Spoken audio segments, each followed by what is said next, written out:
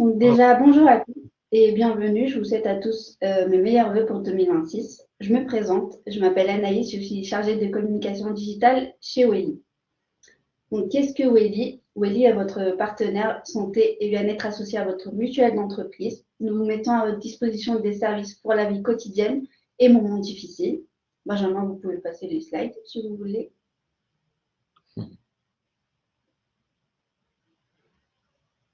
Parfait. Donc ce webinaire vous est offert par Welly dans le cadre de notre offre de service bien-être. Il y a aussi la slide suivante qui présente ce webinaire. Donc aujourd'hui, on fait le point sur les addictions avec la grande question. Et si ce début d'année devenait votre déclic bien-être? Pour y répondre, nous avons le docteur Benjamin Deviaes qui est médecin et consultant, formé en France et consultant au Royaume-Uni, qui animera ce webinaire aujourd'hui. Vous pourrez échanger avec lui tout au long de la session via la rubrique questions que vous avez vue à droite de votre écran. Ce sera tout pour moi. Donc, je laisse maintenant la parole à Benjamin. On se retrouve à la fin du webinaire pour échanger. Donc, je vous souhaite à tous et à toutes un très bon webinaire. merci beaucoup Anaïs. Bonjour tout le monde. Je suis le docteur Benjamin Viaris de Lesenio. Je suis médecin, j'ai été formé en France et maintenant je travaille à Londres. Je suis praticien hospitalier à temps plein et je travaille avec Welly pour faire des sessions discussion, des sessions éducation avec plein de différents groupes, en gros une fois par mois. Une fois par mois. Il faut voir cette session comme étant quelque chose de complètement ouvert. Même si vous n'avez pas votre microphone ou votre caméra d'allumer, vous avez la capacité de poser des questions en haut à droite avec le petit onglet questions. Si jamais il y a la moindre question que je ne vois pas parce que je suis en train de discuter, de parler des slides, Anaïs pourra se joindre à moi et me rappeler que il y a des questions dans l'audience. Et juste sentez-vous libre de poser des questions à n'importe quel moment. C'est pas la peine d'attendre la fin d'une slide ou la fin d'une session, d'un chapitre ou quoi que ce soit. Néanmoins, il faut rester professionnel. Ceci est un cadre de travail. Si jamais vous avez des questions personnelles, je vous enjoins à en discuter avec votre médecin traitant et faites attention à ne pas distribuer des informations dans la partie questions ou dans la partie commentaires que vous ne voulez pas que vos collègues puissent voir, puisque tout le monde peut voir les informations qui sont écrites dans les questions ou dans la partie commentaires. Alors, nous allons commencer. Avant de commencer, on va faire le point sur les connaissances. On va discuter un peu de qu'est-ce que vous savez sur les mécanismes de l'addiction, l'impact des addictions et tout ça. Il y a dans cette présentation, il y a 76 slides. Nous ne ferons pas toutes les slides. Ce n'est pas grave si jamais on ne va qu'au bout de 25 à 30 ou 40 slides au cours de l'heure que nous allons passer ensemble. Je fais cette présentation très régulièrement. Il y a beaucoup de redondances, il y a beaucoup de choses que je dis à l'oral qui sont pas forcément, qui apparaissent peut-être dans des slides plus tard, etc. Donc, aucune raison de se stresser vis-à-vis du nombre des slides. Alors, la première, c'est une petite question que vous allez voir apparaître sur votre app maintenant, qui est qu'est-ce qu'une substance psychoactive? Alors, je vous laisse regarder euh, le, le, Voilà, chacun est en train de répondre, parfait.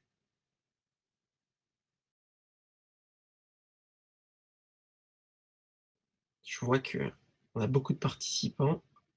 Il y a la réponse A, un produit qui modifie les processus mentaux, est en train de remporter la main la course avec 70 à 75% des gens qui ont utilisé cette réponse. Et effectivement, ça, c'est une substance psychoactive.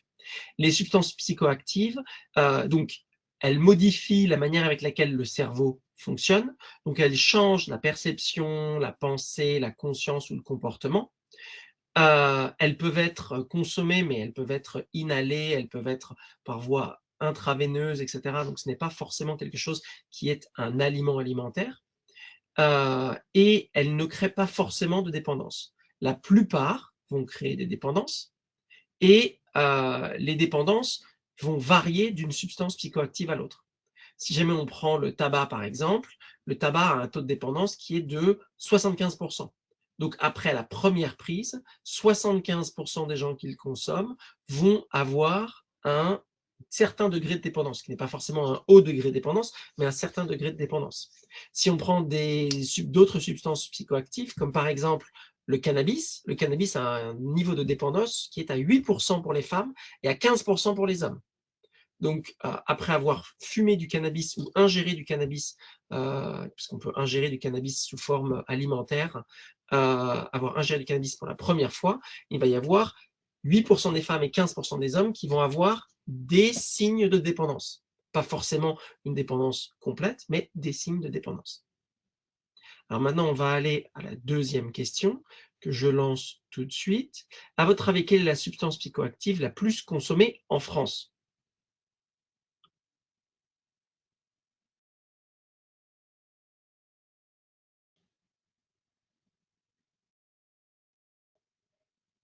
Alors là encore, un clair gagnant, l'alcool avec 80% des réponses, 82% des réponses. Et bien sûr, en fait, c'est le tabac. Alors j'allais dire bien sûr, oui, parce que l'alcool est effectivement la substance elle a des effets psychoactifs, puisqu'on sait tous que quand on a trop bu, on ne fonctionne pas de la même manière que quand on n'a pas trop bu. Néanmoins, le tabac est la première substance consommée en France. En tout cas, c'était le cas dans les chiffres nationaux de l'Institut national de la recherche et de la sécurité, l'INRS, qui avait été publié au début des années 2020.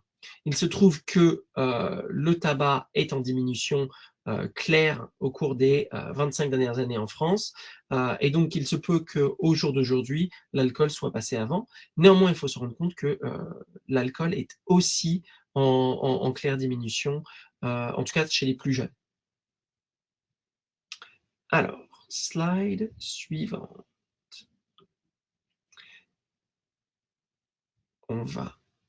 Je vais partager ça sur l'app de nouveau. Voilà. Quel est le terme utilisé pour décrire une envie irrésistible de consommer? Compulsion, craving ou urge? Alors, il faut savoir que certains de ces mots sont des mots anglais.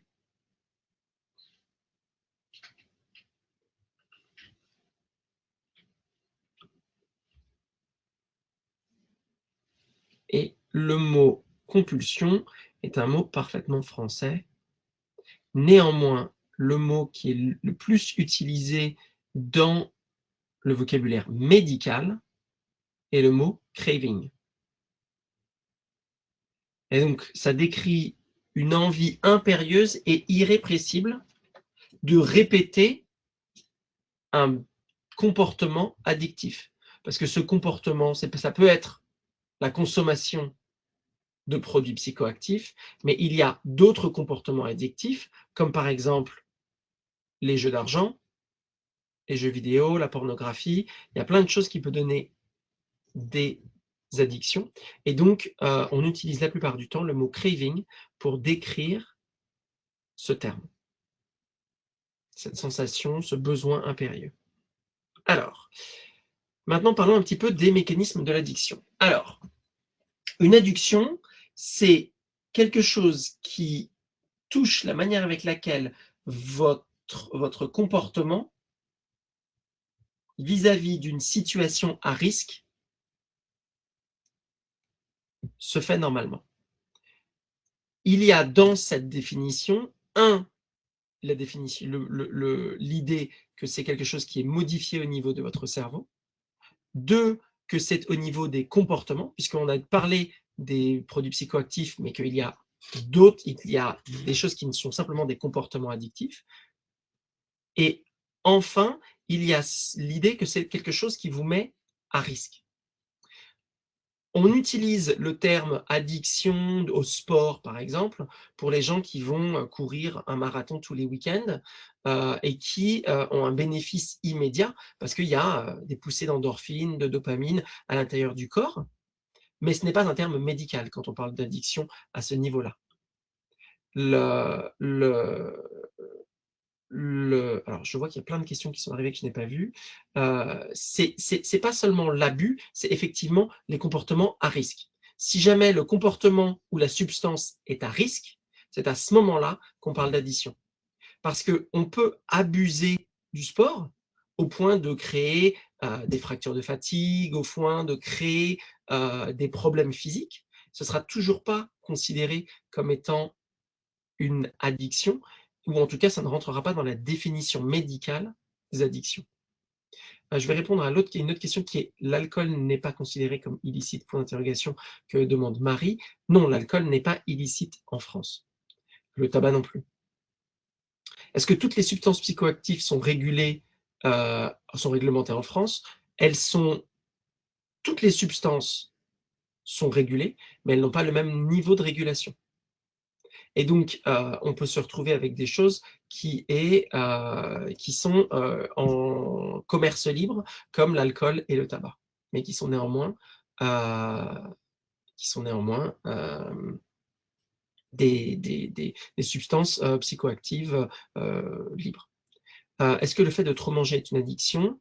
Oui, le fait de trop manger est une addiction. Ça peut être une addiction. Ça ne rentre pas dans les critères médicaux d'addiction, mais il peut y avoir des processus addictifs dans le sucre, dans le gras, dans le salé, dans des choses comme ça. Est-ce que les addictions alimentaires sont considérées au niveau médical? Si vous allez à une consultation dédiée à l'obésité, on va parler de processus addictifs et on va vous résumer toutes ces choses-là parce que effectivement, ça rentre dans la prise en charge de l'obésité.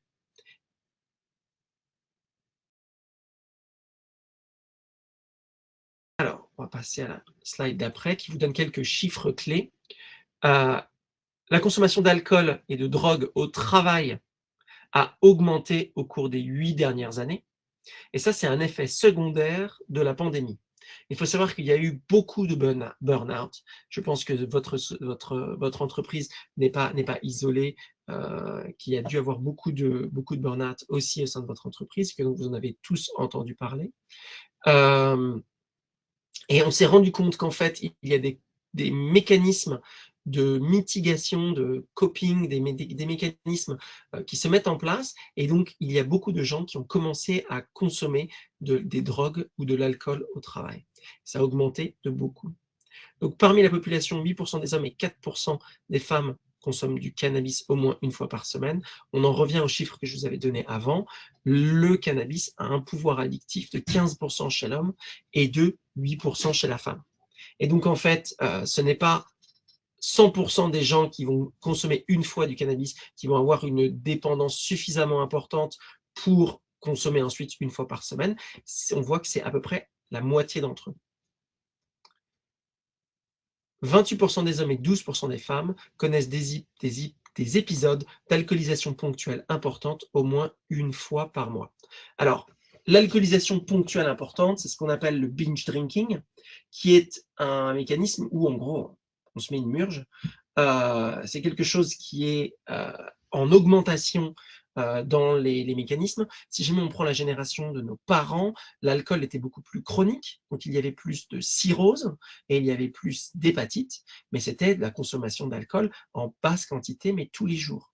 La manière avec laquelle l'alcool est consommé en France a changé. Il y a de moins en moins de consommation chronique. Alors, par exemple, moi, quand j'étais interne à l'hôpital, il y avait des verres de vin à l'internat. Donc, à l'heure du déjeuner, tout le monde avait un verre de vin. Je veux dire, c'était il y a 30 ans, hein. Mais je veux dire, quand j'étais jeune, avoir un verre de vin à l'heure du déjeuner pour un chirurgien, c'était quelque chose d'absolument normal. Et ce n'est plus le cas maintenant. Par contre, les épisodes d'alcoolisation ponctuelle importante, ou binge drinking, ont beaucoup augmenté. Et donc, on voit de plus en plus des jeunes ou des moins jeunes qui se mettent une murge une fois de temps en temps ou le week-end. Et ça donne des effets sur la santé mentale plus importants et des effets sur le foie moins importants. Donc, on voit moins de cirrhose, on voit moins d'hépatite, mais on voit plus de dépression ou d'autres complications liées à une alcoolisation importante.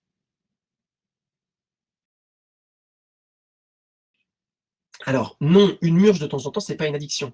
Une addiction, c'est si jamais c'est associé à un comportement à risque. Si jamais vous mettez votre vie en danger parce que vous faites un coma éthylique, à ce moment-là, et que vous ne pouvez pas vous en empêcher, vous avez déjà fait une fois un coma éthylique, on vous dit qu'il faut arrêter l'alcool et vous continuez à vous mettre une murge une fois par mois, oui, à ce moment-là, c'est une addiction. Je vois que j'ai des questions sur l'addiction aux écrans. L'addiction aux écrans n'est pas rentrée dans les classifications médicales, mais il y a beaucoup de discussions autour des addictions aux écrans.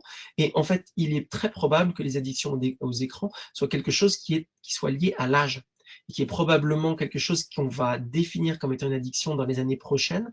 Je pense que ça va prendre 10 ans avant qu'on y arrive, mais probablement pour les enfants plus que pour les adultes, parce que la capacité d'un adulte à se détacher d'un écran est beaucoup plus importante que la capacité d'un enfant, et donc le risque associé est probablement plus important chez les enfants que chez les adultes. Les risques d'accidents de travail graves est augmenté de 50% pour ceux qui ont une API au moins une fois par semaine, parce qu'il y a des effets persistants de la murge sur le système nerveux central et sur sa capacité à se concentrer et à faire des erreurs si jamais on manipule des machines, des choses comme ça. Alors, on parle de dépendance quand l'arrêt brutal d'une substance entraîne un syndrome de sevrage. C'est le syndrome de sevrage qui définit la dépendance, pas la situation à risque. La situation à risque définit l'addiction, ou en tout cas rentre dans la définition de l'addiction avec le syndrome de sevrage. Et donc, le syndrome de sevrage peut être mis en place même pour des comportements à risque.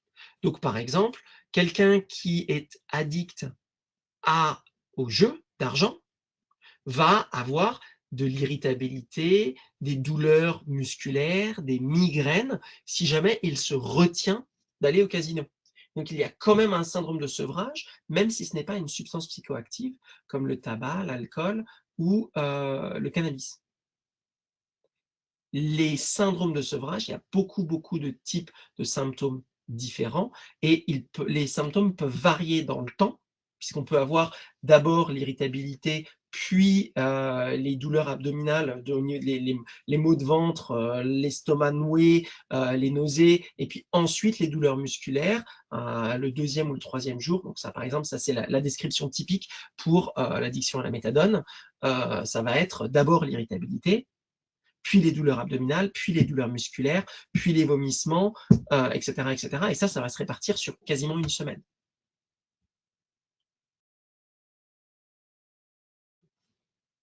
Alors, quel type d'addiction connaissez-vous?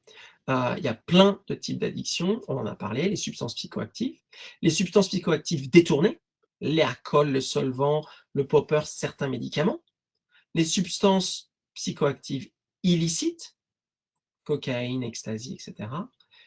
Les comportements, la boulimie, les jeux d'argent, les jeux vidéo, le sport, la pornographie, on en a beaucoup parlé. En tout cas, il y a eu beaucoup de discussions dans les milieux médicaux sur la pornographie au cours de la dernière décennie. Et ensuite, il y a d'autres produits, par exemple le protoxyde d'azote. Donc le protoxyde d'azote, c'est le gaz hilarant, qui sont des substances psychoactives aussi, et à potentiel addictif. Après, le potentiel addictif varie, comme je l'ai dit, d'une substance à l'autre. Alors, les mécanismes neurologiques de l'addiction, ça, c'est plus compliqué. L'idée, c'est que quasiment tous les produits psychoactifs et toutes les addictions passent par le cycle de la dopamine. La dopamine, c'est l'hormone du bien-être à effet immédiat. L'ocytocine, c'est une autre hormone qui rentre dans les cycles de la récompense et dans les cycles du bien-être, mais qui est une hormone à effet non immédiat, à effet long, et qui est beaucoup moins intense que la dopamine. Et donc, on entend parler de la cytocine. Donc, par exemple, le fait d'allaiter son enfant crée de l'ocytocine dans le cerveau de la mère. Et c'est donc un bénéfice, et ça rend heureux, littéralement, mais ça n'est pas comme la dopamine. La dopamine rentre, par exemple, dans le mur du marathonien. Si vous êtes marathonien, si vous courez sur de longues distances, 10 km, c'est suffisant pour rencontrer un mur, 5 km, ça peut être suffisant pour rencontrer un mur, vous allez vous rendre compte que vous allez avoir une période où ça va être assez facile, puis ça va devenir pour votre corps de plus en plus difficile, jusqu'à ce que vous rencontriez ce qu'on appelle le mur, qui est un effet où vraiment c'est extrêmement difficile. Et si vous arrivez à passer le mur, c'est parce qu'à ce moment-là, votre cerveau va avoir déchargé de la dopamine, et à ce moment-là, ça va de nouveau redevenir plus facile.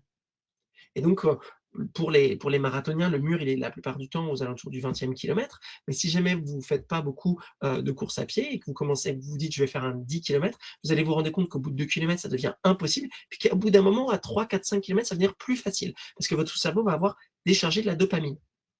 Et donc, en fait, vous allez avoir un effet positif sur le cerveau, sur votre bien-être, vous allez vous sentir mieux.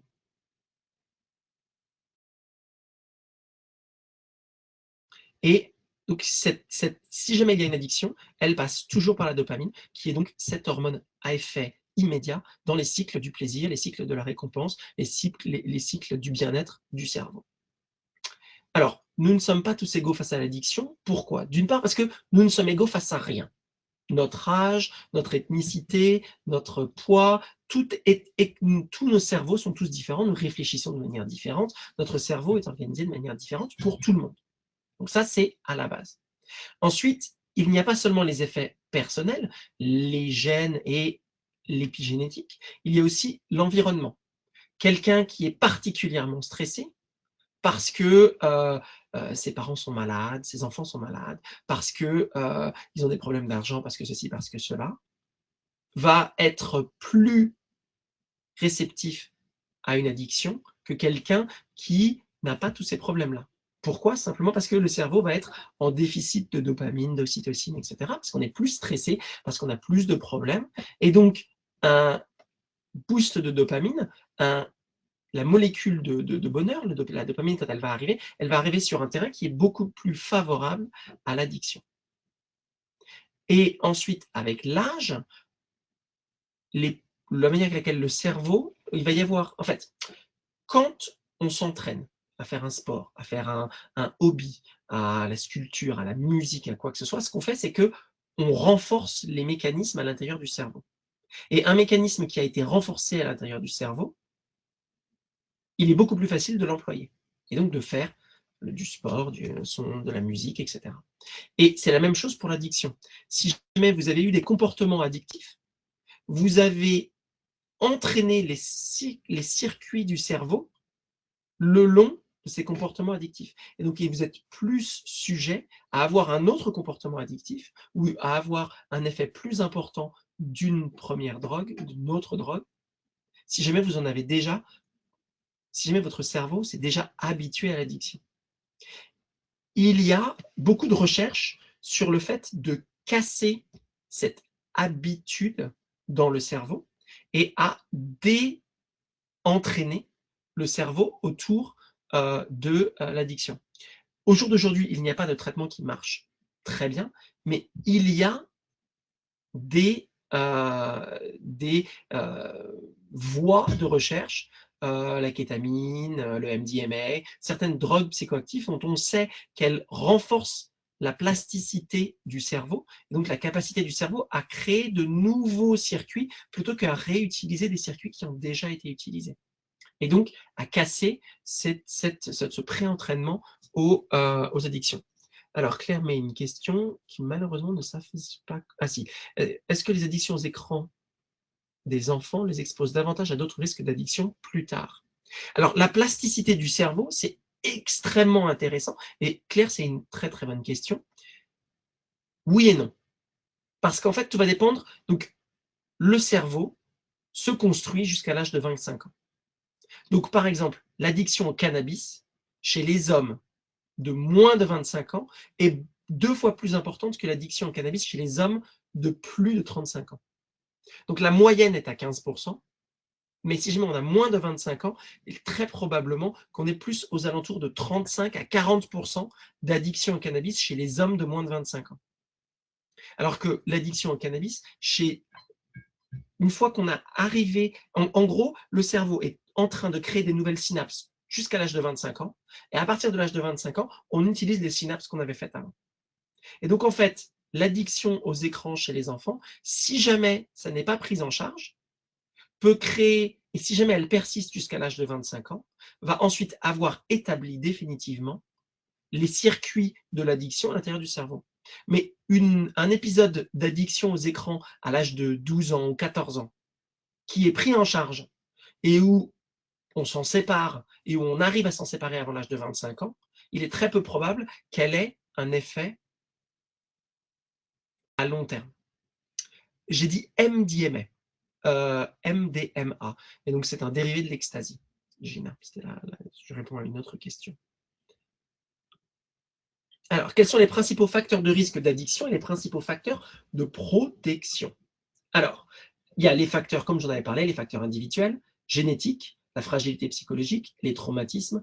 On a des seuils de tolérance qui évoluent en fonction du temps, qui évoluent de manière d'une personne à l'autre, qui évoluent en fonction de notre environnement. Si jamais on a bu de l'alcool, on a notre seuil de tolérance à l'addiction qui diminue. Et donc, c'est pour ça qu'il y a beaucoup de coaddiction. Donc, il y a beaucoup de gens qui vont vous dire « Ah, mais moi, je fume une cigarette, mais seulement quand je bois de l'alcool. » Parce qu'en fait, votre consommation d'alcool va diminuer votre seuil de tolérance et tout d'un coup, votre craving à la cigarette va être beaucoup plus bas. L'âge, la précocité des consommations, bien sûr, plus on les prend tôt, plus on les prend longtemps, plus le circuit à l'intérieur du cerveau est établi. Et donc, c'est pour ça que les addictions, si jamais vous n'avez eu aucun comportement addictif et que vous arrivez à l'âge de 25 ans, il est très peu probable que tout d'un coup, à partir de 25 ans, vous commenciez à avoir des choses à risque. 25 ans, c'est à peu près 25 ans. Ça peut être 30 ans, ça peut être 20 ans. Ça dépend de la maturité du cerveau chez chacune des personnes. Et ensuite, il y a des facteurs liés aux produits consommés, le degré de toxicité, la disponibilité, la valorisation et la modalité de consommation. Donc, on peut parler, par exemple, alors, je ne connais pas les noms de rue, je connais les noms médicaux, mais crystal meth, en anglais, c'est une forme particulière du produit, c'est un dérivé de la cocaïne. Si jamais on prend de la cocaïne, si on prend du crystal meth, c'est pas le même degré de donc excusez-moi, je vais faire ça. La modalité de consommation, donc la manière avec laquelle le produit est préparé, a une influence sur la manière avec laquelle le degré d'addictivité de ce produit. Et donc, par exemple, si jamais vous consommez du cannabis en le fumant, ou si jamais vous consommez du cannabis en le mangeant, le degré d'addiction n'est pas le même. Il est plus important quand on le fume que quand on le mange. Et ça, c'est lié en fait à ce qu'on appelle la biodisponibilité et la manière avec laquelle votre métabolisme s'établit autour de cette drogue. Est-ce que le pic dans le cerveau est plus rapide? Est-ce que le pic est plus haut dans le cerveau? La concentration du produit psychoactif dans le cerveau et au niveau de certaines choses. Et donc, ça a un impact. La valorisation, c'est une valeur sociale. Donc, si jamais on vous dit que la cigarette est cool et qu'il y a une valeur sociale associée à ce produit, là, il y a un plus gros degré d'addiction. La disponibilité, c'est simplement, si jamais il n'y en a pas autour de vous, la probabilité que vous en trouviez et que vous deveniez addict est beaucoup plus basse. Est-ce qu'il est vrai que l'addiction au sucre est aussi forte que l'addiction à la cocaïne? Non, c'est absolument pas vrai. La consommation de sucre est beaucoup plus importante et donc le nombre de personnes qui sont quote-unquote addicts au sucre est beaucoup plus important et donc on va le voir plus souvent et donc ça donne une impression que c'est plus fort que la cocaïne. Mais non, c'est pas plus fort que la cocaïne. L'addiction au sucre est quelque chose qui est vraiment à la limite parce qu'en fait, on peut avoir alors d'une part, les phénomènes de sevrage, les symptômes de sevrage de l'addiction au sucre sont absolument minimes. Il n'y a pas de sevrage. Il n'y a pas de douleur, de migraine, de vomissement, de nausées, de tremblements, de machin. Il n'y en a pas, ou presque pas. Il y a un craving, clairement il y en a un. Si jamais on n'a pas de sucre, on va là, vraiment là j'ai besoin, j'ai envie d'aller manger un truc sucré, vraiment j'ai besoin, donc il y a un craving. Mais il n'y a pas de sevrage. Donc c'est très difficile de dire que c'est une addiction. Ça ne rentre pas dans la définition. Et ensuite, les comportements à risque, oui, il y a l'obésité, il y a les risques cardiovasculaires liés à la consommation de sucre, il y a pas mal de choses. Néanmoins, l'addiction au sucre, il y a plein d'endroits où il y a plein de gens qui vont vous dire qu'on ne peut pas être addict au sucre parce qu'il n'y a pas de syndrome de sevrage. En fait, le problème de la définition se fait autour du syndrome de sevrage. De plus en plus, on reconnaît une addiction au sucre. c'est pas encore dans le DSM. Donc le DSM, c'est un gros bouquin qui donne la définition de tous les syndromes qui existent. Et donc ce n'est pas encore reconnu officiellement au sein des grandes classifications médicales. Néanmoins, il y a de plus en plus de discussions autour de ça. Mais ce n'est pas du tout aussi fort que la cocaïne. Non, absolument pas. Alors, les facteurs de protection, c'est la connaissance. Si on se connaît soi-même, si on connaît ses propres limites, si on connaît les limites du produit, si on connaît les facteurs. La plupart des gens ne pensent pas que le cannabis est addictif. Le cannabis est addictif. C'est un des plus bas dans l'échelle, mais c'est clairement le cannabis est addictif. Et donc, par exemple, les pays comme les États-Unis, où ils ont mis le cannabis en vente légale, ont des gros problèmes. Et si on produit, pour parler du cannabis de manière plus importante, le cannabis est utilisé en tant que médicament par beaucoup de gens qui consomment du cannabis. Beaucoup de gens vont dire, moi je prends du cannabis parce que ça me calme les nerfs, parce que c'est de l'auto-traitement de maladie mentale. Il y a des gens qui vont vous dire, moi ça m'aide avec ma sciatique, avec mon lupus, avec ceci, cela. Donc il y a beaucoup de gens qui consomment du cannabis, en fait, en self-medication, par automédication. Et qui ne se rendent pas compte que ça a des effets délétères sur la santé mentale à long terme, et en particulier, le cannabis pousse dans la schizophrénie. Et donc, les États-Unis est en train de se rendre compte que de la même manière qu'ils ont eu une vague d'addiction aux opioïdes et de décès liés à ces addictions, d'overdose, ils sont en train de créer une vague de schizophrénie qui va arriver qui a commencé à arriver, et qui va arriver dans les 10 prochaines années.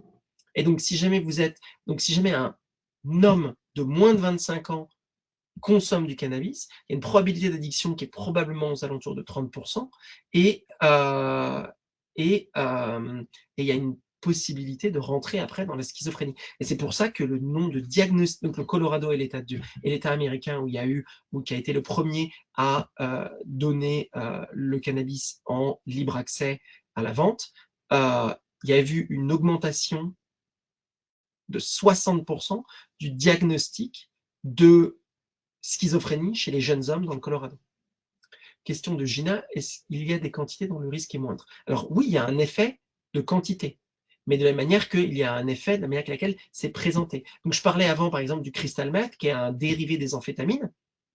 Si jamais vous prenez une amphétamine sous forme d'un papier buvard, dans la langue, c'est déjà extrêmement addictif. Et si vous prenez sous forme de crystal meth, qui se fume dans une pipe qui est souvent une pipe en verre, donc transparente, le crystal meth a un taux d'addiction qui est de plus de 90%, alors que c'est toujours des amphétamines, alors que le degré d'addiction des amphétamines, c'est plutôt aux alentours de 60%. Et effectivement, si jamais vous prenez une haute dose ou une basse dose, ça va avoir un effet. Après, il y a les compétences psychosociales qui sont des facteurs de protection, la capacité à développer son esprit critique, résister à l'affluence, adopter des comportements de prévention. On peut parler de l'addiction au sexe, par exemple. L'addiction au sexe, ça se traite principalement avec les comportements de prévention. Donc, c'est une addiction qui existe plus chez les hommes que chez les femmes. Et il y a des hommes qui vont... J'ai aussi vu des patientes qui étaient des femmes. Moi, je me souviens d'une patiente qui est arrivée, c'est quoi, on devait être en 99, qui arrive aux urgences et qui dit il faut que vous m'hospitalisiez, je suis addict au sexe. Et le problème pour elle, c'est qu'elle chopait des tonnes de maladies sexuellement transmissibles. Et donc, il y avait une vraie situation à risque. Et dans ce cas-là, en fait, la principal traitement, après avoir traité les maladies sexuellement transmissibles, c'était adoption de comportements de prévention. Et donc, c'était ne pas aller dans les bars. Parce que le moment où elle va aller dans le bar, elle va boire de l'alcool, son taux de tolérance va diminuer et elle va avoir une attitude beaucoup plus en faveur de son addiction au sexe. Donc, c'était mettre en place des comportements de prévention et des mécanismes de réduction des risques beaucoup plus importants. Ou alors, à chaque fois qu'elle va, parce qu'il y a un anniversaire, qu'elle va dans un bar, c'était aller avec une copine qui est au courant de son problème, qui a parlé, etc. etc. Donc, relation avec les proches, on parlait du climat familial, et ça, en fait, c'est parce que c'est l'ocytocine. L'ocytocine, c'est la drogue de l'amour, c'est la drogue qui passe, c'est le neurotransmetteur qui se passe à l'intérieur du cerveau, et en fait, l'ocytocine a un effet à long terme, et en fait, ça compense les effets à court terme de la dopamine. C'est hyper intéressant. Donc, les relations avec les proches, son climat familial, c'est ses amis, son amoureux, son amoureuse, sa famille proche. Insertion sociale ou professionnelle, ça c'est l'availabilité, est-ce qu'il y a de la disponibilité pour ces drogues? C'est le stress social, est-ce que ça se passe bien au boulot? Est-ce que je vis dans un endroit où je vis au fond d'une ville où c'est vraiment la galère partout? Enfin, tout ça. La slide d'après, parlons un peu, alors prise de conscience, je pense qu'il y a déjà eu pas mal de prise de conscience. Donc, l'installation de l'addiction, c'est 3 étapes. Donc, la recherche de plaisir, on a parlé du circuit de la récompense, du circuit de la dopamine à l'intérieur du cerveau, et qui est un plaisir immédiat. C'est la masturbation devant la pornographie, il y a un plaisir immédiat, que vous soyez un homme ou une femme. Il y a le mur du marathonien, il y a la dopamine qui monte, c'est un plaisir immédiat, ça compense la douleur musculaire et des articulations liées à courir. C'est comme ça que la dopamine marche, il y a besoin d'un plaisir immédiat, et ce plaisir immédiat, il est très important.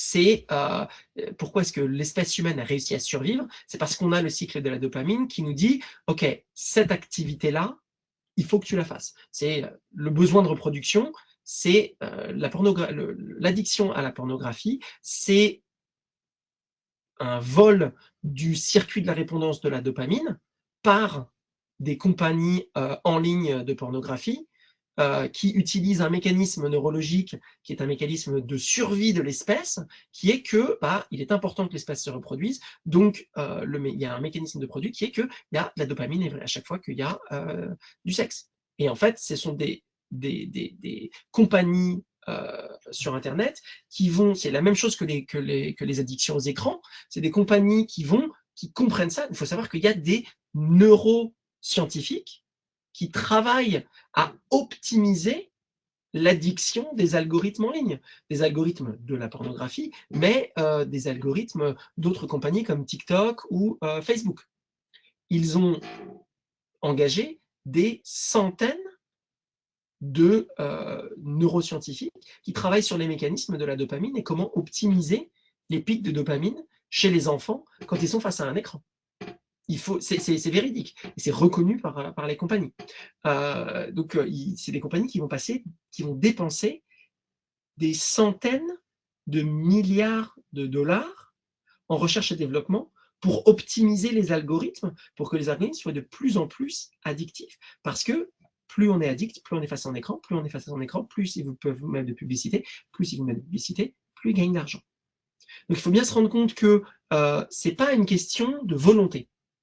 Dans beaucoup de contextes, ce n'est pas une question de volonté. Un addict, ce n'est pas quelqu'un qui a un manque de volonté. C'est quelqu'un qui était à un moment charnière, soit à un moment de stress, un deuil, un stress financier, quelque chose comme ça, et il y a quelqu'un qui est venu lui donner de la dopamine au travers d'un mécanisme ou d'un autre. Et donc, il y a un casino qui lui a dit « Ah non, non, mais c'est hyper bien ici, vous allez gagner de l'argent, venez ici. » Il y a une compagnie en ligne, que ce soit une compagnie pornographique, qui lui a mis des algorithmes particulièrement bien pour qu'il tombe pile sur le type de choses qui va l'exciter et qui pile va donner le plus vite possible de la dopamine à son cerveau, ou un enfant qui va se retrouver, qui va aller sur TikTok, et l'algorithme va lui montrer exactement ce qu'il faut pour que son cerveau se reste accroché le plus longtemps possible. Donc ensuite, ça c'est la recherche de plaisir. Ce qui se passe, c'est que les circuits neurologiques doivent tous revenir à zéro. Et donc, une fois qu'on a utilisé la dopamine, le circuit entier de la récompense est diminué, est moins sensible. Et le problème, c'est que ça peut avoir un effet à long terme. Et donc, par exemple, on va parler de l'alcool. quelqu'un qui va boire de l'alcool mais sans se mettre une murge. Donc on ne parle pas de l'effet à long terme qui est j'ai mal au bide, j'ai la diarrhée, j'ai mal à la tête, je suis en hangover le lendemain. On va parler de simplement j'ai 2 verres le soir. Okay, il y a de la libération de dopamine, c'est reconnu. J'ai 2 verres de vin rouge le soir, hop, libération de dopamine. Le problème, c'est que ça va créer une dérégulation du système de la récompense. Et donc, en fait, la dopamine va être plus difficile à acquérir la fois d'après. Et le niveau de dopamine étant plus bas dans le cerveau, on est de moins bonne humeur. Et donc, le lendemain, on est un peu plus grognon. Et on va se dire, ah, vraiment, j'ai eu une journée de merde, j'étais un peu plus grognon, je sais pas ce qui s'est passé, il faut augmenter la dose. Ouais, 3 verres de vin pour réussir à avoir la même dose de dopamine. Pour se dire: «OK, j'ai vraiment besoin de décontracter là, 3 verres de vin». C'est pas encore une murge. Il y a pas encore de, vomissement, de tout ça et ça dérégule la dopamine encore plus, ça diminue et donc la dose, on doit augmenter encore plus la dose après et on se retrouve dans un circuit où, à un moment, bah, il y a un syndrome de sevrage. Tous les jours, il faut que je boive 1/2 litre, une demi-bouteille ou une bouteille entière. Sinon, le matin, je tremble, j'ai la diarrhée, j'ai les vomissements, j'ai ceci, j'ai cela. Et enfin, c'est la troisième phase, c'est la perte de contrôle. On n'est plus dans la recherche de plaisir, on est dans la prévention du sevrage.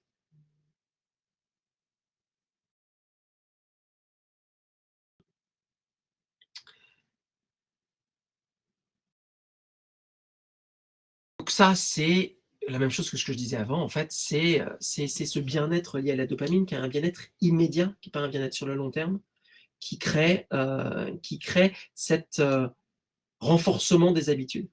Et en fait, c'est très important d'avoir dans le cerveau des mécanismes de renforcement des habitudes. C'est comme ça que le cerveau apprend. Donc la dopamine est extrêmement importante. Je veux dire, quelqu'un qui va être capable de... C'est le plaisir immédiat, virgule, opposé au plaisir construit sur le temps. Et donc, quelqu'un qui va passer des heures et des heures à travailler son instrument de musique et qui, au bout d'un moment, va devenir très bon et va avoir acquis, et ça, il va y avoir de la dopamine parce que ah, j'ai réussi à faire ce morceau, je suis hyper content, etc. Ça se construit sur le long terme. Le problème des drogues, c'est qu'elles viennent donner de la dopamine et qu'elles rentrent dans ces circuits mentaux de construction des habitudes, mais en le dérivant sur un plaisir immédiat et sur un plaisir à intensité plus importante. C'est ça le gros problème. Alors, conséquences d'une addiction sur la santé, il y a les effets immédiats et les effets chroniques. Pour les substances psychoactives, diminution de la vigilance. Après, pour l'addiction au sucre ou à la pornographie, il n'y a pas vraiment une diminution de la vigilance. Augmentation de la fréquence des épisodes, de la fréquence cardiaque. Oui, la dopamine, le plaisir fait qu'on a le cœur qui bat plus vite. Une désinhibition.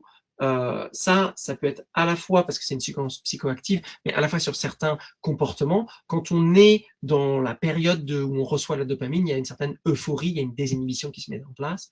La perte de coordination, c'est plus pour les substances psychoactives. L'augmentation du stress, ça, c'est quelque chose qui est à la fois immédiat et chronique parce que à cause de ces mécanismes de régulation à long terme du cerveau, qui fait que si jamais on a un gros pic de dopamine, le cerveau va ensuite avoir le besoin de se reposer et donc il va diminuer la sécrétion de dopamine normale et donc ça augmente le stress. Une augmentation de la tension artérielle, ça c'est lié au plaisir. Un sentiment d'invisibilité, ça peut être décuplé par les substances psychoactives, mais les gens qui sont addicts au jeu vont vous le dire, s'ils vont jouer à la roulette, ils vont gagner, le moment après la roulette, ils vont se dire ah, je suis invincible, vraiment je vais gagner, je vais jouer encore plus. Après il y a les violences physiques et verbales qui peuvent être même chose, liées à, ça c'est plutôt souvent dans les périodes de sevrage ou liées au sentiment d'invincibilité. Il y a les effets chroniques, troubles sur la vision, pulmonaire, perte de mémoire, cirrhose du foie pour l'alcool et certaines drogues, maladies respiratoires, maladies cardiovasculaires qui peuvent vous toucher différemment en fonction du comportement à risque, qui sont moins vrais Par exemple, pour l'addiction aux écrans, ça va jouer sur la perte de mémoire. Ça va clairement pas donner des cirrhoses du foie, des maladies cardiovasculaires ou des maladies respiratoires. Après, le problème de l'addiction aux écrans, c'est que la plupart du temps, c'est le soir. Et donc, ça diminue la capacité à dormir, clairement, parce que le soir, c'est le moment où on peut être posé dans son lit avec son téléphone et où, au lieu d'avoir 8 heures de sommeil, on va avoir 5 heures de sommeil ou 6 heures de sommeil. Et le lendemain, on peut fonctionner avec 5 heures de sommeil, mais ça augmente le risque de maladie cardiovasculaire, ça augmente le risque de démence, d'Alzheimer. Donc, si jamais on a 10 ans de ça, on multiplie, on augmente de 30 à 40% son risque d'Alzheimer.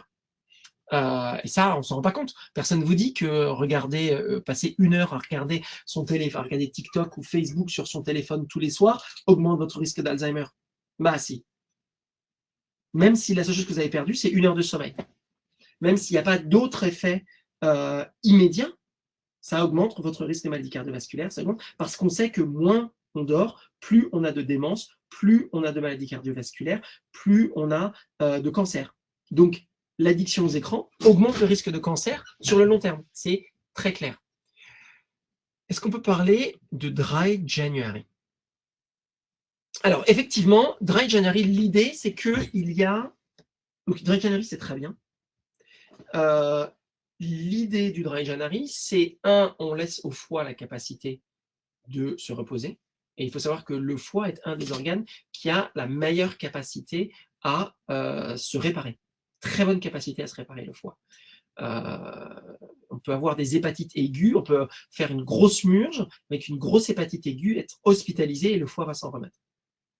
Ce qui n'est pas le cas pour le cerveau. Le cerveau, quand on détruit un neurone, le neurone ne revient plus.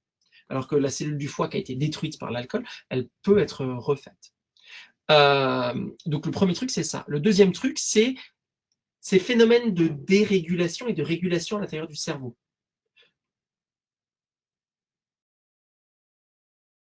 Peuvent être cassés. Et donc, le Dry January, l'idée, c'est que on oublie le bien lié au pic de dopamine et le fait que la dopamine de base, parce qu'il y a toujours un petit peu de dopamine dans le cerveau, le fait que la dopamine de base ait été diminuée parce qu'il y a eu un grand pic avant, la dopamine va revenir à un niveau normal. Et donc, le niveau de stress dans le corps va diminuer, la faiblesse à l'addiction va diminuer parce que le taux de dopamine de base va revenir à la normale. Donc, c'est l'intérêt des sevrages. Et il peut y avoir des sevrages hospitalisés pour d'autres drogues. On peut vous hospitaliser pour un sevrage à la morphine. On vous garde hospitalisé parce que le sevrage à la morphine, c'est horrible. Vomissements, douleurs, etc., etc., etc. Migraine, irritabilité, violence, tout. On vous hospitalise parce qu'on traite les symptômes, mais en fait, on ne fait que traiter les symptômes. On attend que le cycle de la dérégulation de la dopamine disparaisse dans le cerveau et que votre niveau de dopamine revienne au niveau normal. Est-ce que c'est valable pour une série ou un film regardé sur son téléphone? Si jamais vous vous rendez compte que vous ne dormez pas assez, donc vous reconnaissez que c'est une situation à risque, et que vous n'êtes pas capable de vous empêcher de regarder votre série sur votre téléphone dans votre lit, oui, c'est valable. Parce que c'est 3 choses l'addiction, c'est le comportement à risque, le comportement addictif et le sevrage. Et donc, si jamais vous êtes dans votre lit, vous vous dites « Ah, vraiment là, j'ai envie de me regarder un film. Mais bon, demain, j'ai une grosse réunion. La nuit dernière, j'ai pas dormi parce que le petit, il a pleuré toute la nuit. Vraiment, il faudrait que j'aille au lit. » Et néanmoins, vous regardez votre série, oui. Quid de la cigarette électronique? Alors, la cigarette électronique, c'est de la nicotine. La nicotine, c'est la substance addictive à l'intérieur de la cigarette normale. La cigarette électronique, c'est une béquille pour le traitement de l'addiction à la cigarette normale. Donc, si jamais vous êtes addict à la cigarette électronique, c'est que simplement vous êtes addict à la nicotine. Et vous êtes addict à la nicotine. Le problème, c'est le risque qui va avec. Les risques liés à la cigarette électronique est très, très, très, très, très, très bas par rapport aux cigarettes, par rapport aux risques liés à la cigarette normale. La cigarette normale, il y a du cyanure, il y a de l'arsenic, il y a du il y a du goudron, il y a des tonnes de merde qu'on se met dans les poumons. Avec la cigarette électronique, la seule chose qu'on se met dans les poumons, c'est 3 choses. 1, du sucre, 2, de l'eau, et 3, de la nicotine. C'est les seules choses qu'il y a dans la cigarette. Après, il peut y avoir des produits à type de goût et de machin, et à ce moment-là, c'est des goûts alimentaires. OK. Alors, je vais revenir tout de suite sur la cigarette électronique. D'abord, je vais répondre. Le tabac brûlé, c'est exactement la même chose que la cigarette. Il faut arrêter c'est du marketing, les gens qui pensent que le tabac brûlé type IQOS, c'est autre chose que la cigarette. Il y a un tout petit peu moins de substances dégueulasses à l'intérieur, mais il y a encore beaucoup de substances dégueulasses à l'intérieur. Donc le tabac à brûler, c'est la même chose que la cigarette. Donc pour revenir à la cigarette électronique, oui, il y a une addiction à la cigarette électronique, en particulier Juul. Donc JUUL, c'est les premiers à avoir modifié leur nicotine d'un point de vue chimique aux États-Unis, et donc ils ont une nicotine qui est encore plus addictive que les autres. Depuis qu'il y a eu un gros procès aux États-Unis contre Juul, qui a montré qu'ils savaient très bien qu'ils avaient la nicotine la plus addictive du marché, et ils savaient très bien qu'ils le donnaient aux enfants de moins de 25 ans, et voire de moins de 15 ans. Donc ils faisaient du marketing spécifiquement sur les enfants parce que, comme je le disais avant, ils sont plus sensibles à l'âge de 25 ans, on est plus sensible à l'addiction. Ils ont eu des gros procès qu'ils ont perdus. Ça a été absolument incroyable. Comment conseillez-vous pour procéder à un adulte pour se sevrer des écrans? Alors ça, c'est les mécanismes de protection. Donc c'est la reconnaissance. Je veux dire, on ne va pas se sevrer du jour au lendemain. Je veux dire, si jamais on est posé et on est incapable de ne pas avoir son écran parce que tout d'un coup, il y a 2 minutes d'attente, eh ben, il faut mettre en place des mécanismes. Donc il faut se dire, par exemple, à chaque fois que je me rends compte que je suis face à mon écran,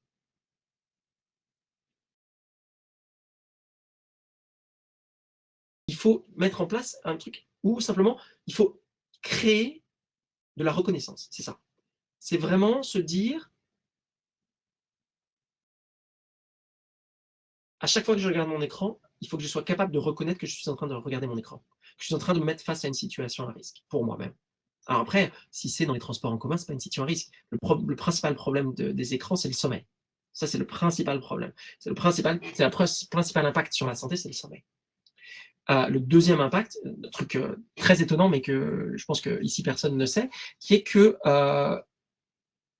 il y a une diminution énorme des grossesses chez les adolescentes.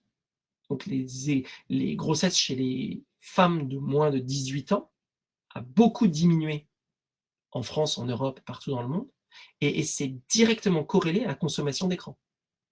Parce qu'en fait, il y a 25 ans, quand on était une jeune fille de 15 ans qui allait passer la nuit chez son mec, eh ben, la probabilité qu'on tombe enceinte était beaucoup plus importante.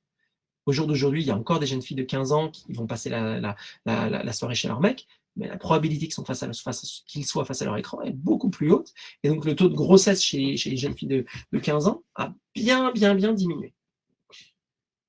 Et en fait, c'est simplement de l'awareness. C'est vraiment de la reconnaissance. Et si jamais je vois, il faut que je sois capable simplement de le voir et de casser ce cycle.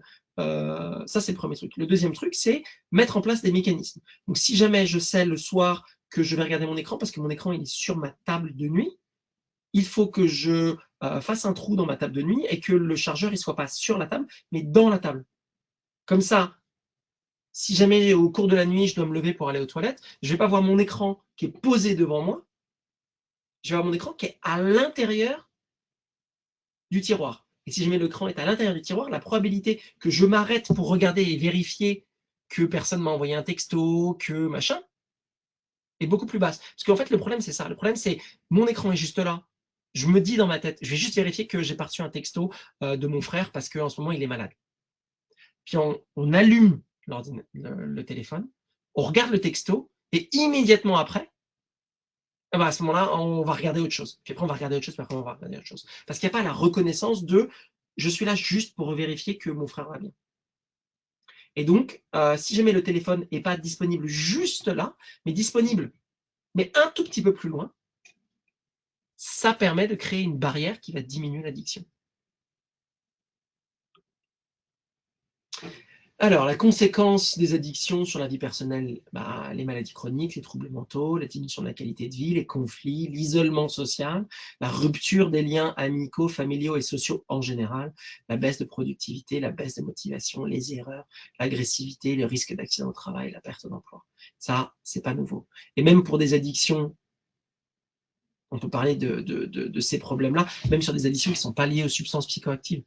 L'addiction au porno, les mecs qui vont 3 fois dans la journée dans les toilettes à l'intérieur de leur boîte pour se masturber, ça augmente le risque d'erreur professionnelle, ça représente une baisse de motivation, une baisse de productivité, une baisse de la qualité de vie, parce que ils sont beaucoup plus irritables. Le taux de dopamine général dans le cerveau, il a vachement diminué parce qu'il y a plein de pics au cours de la journée, et donc le taux de base, le cerveau n'est pas capable de compenser, donc le taux de base diminue vachement. C'est des gens qui sont particulièrement irritables, il y a plus de conflits avec les gens avec qui on travaille, avec sa famille, etc. Donc c'est pas seulement les substances psychoactives qui créent ce type de problème.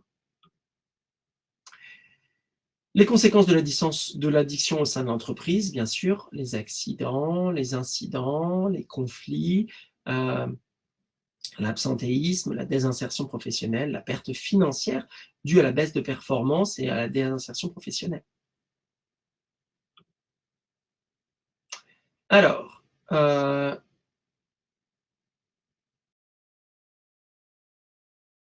on va voir ce que vous pensez. Lequel est le plus cancérigène, l'alcool, la cocaïne ou le tabac? Vous pouvez répondre dans... Alors, il nous reste 2 minutes. Alors, plutôt que de répondre à des questions, parce qu'en gros, on a touché tous les sujets qui sont discutés au cours des slides ici déjà. Plutôt que de répondre à des questions, on va juste répondre les dernières questions qui sont dans les questions. Avez-vous des conseils d'organismes à contacter pour se faire aider pour les addictions pour un proche? Alors, il y a beaucoup de SOS Addiction en France qui existent. Le problème, c'est que moi, je ne travaille plus en France, je travaille maintenant au Royaume-Uni. Le site sosaddiction.org, c'est le site principal de l'addiction, de SOS Addiction en France. Ils ont des groupes qui soutiennent en fonction du type d'addiction. Et donc, je dirais, c'est votre premier endroit où aller discuter. Voilà. Je pense que si jamais vous avez plus de questions, je pense que le site de SOS Addiction est un très bon endroit. Le site de la HAS, la Haute Autorité de Santé, est aussi un bon endroit où aller voir. Je pense que ce sont des choses qui sont... il existe des tonnes de ressources en ligne. C'est très facile. Vraiment, c'est très facile. Merci beaucoup à tous pour cette session. J'espère que j'ai répondu à toutes vos questions. J'espère que c'était ludique, pas trop juste à lire des slides. Voilà. Merci beaucoup. Merci à vous, Benjamin. Rebonjour à tous. J'espère que ce webinaire vous a plu et que surtout qu'il vous a été utile. Pour ma part, je vous donne déjà rendez-vous le 5 février à la même heure pour un prochain webinaire. Donc, Benjamin, si vous voulez bien, il y a une slide dédiée à ça. Alors, j'ai ça. C'est celle-ci. Voilà. Voilà, donc vous apprendrez à reconnaître les signes de la fatigue, enfin, du stress, de la fatigue, du surmenage et découvrir comment prévenir ces risques-là psychosociaux au quotidien pour vous et vos collègues. Donc, vous pouvez directement scanner le QR code qui est à l'écran. Donc, pour rappel, c'est le 5 février de 11h à midi. Et avant de vous laisser, vous avez la possibilité de nous aider à améliorer ces webinaires en répondant au questionnaire qui s'affichera directement à la fin du webinaire. Merci pour vos retours d'ailleurs précieux et vos suggestions pour nos prochains rendez-vous. Et il y a une slide juste avant Benjamin. C'est l'avant-dernière. Juste avant. Parfait. Donc, vous pourrez retrouver nos replays sur la chaîne YouTube Service Welly pendant 1 an.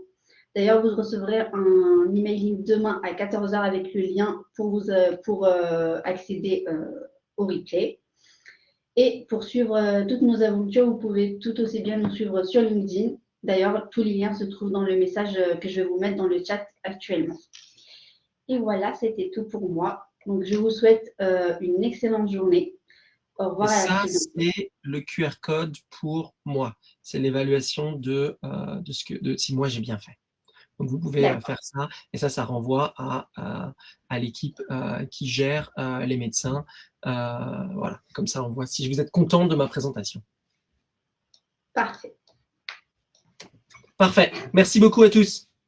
Au Merci revoir. à tous. Au revoir.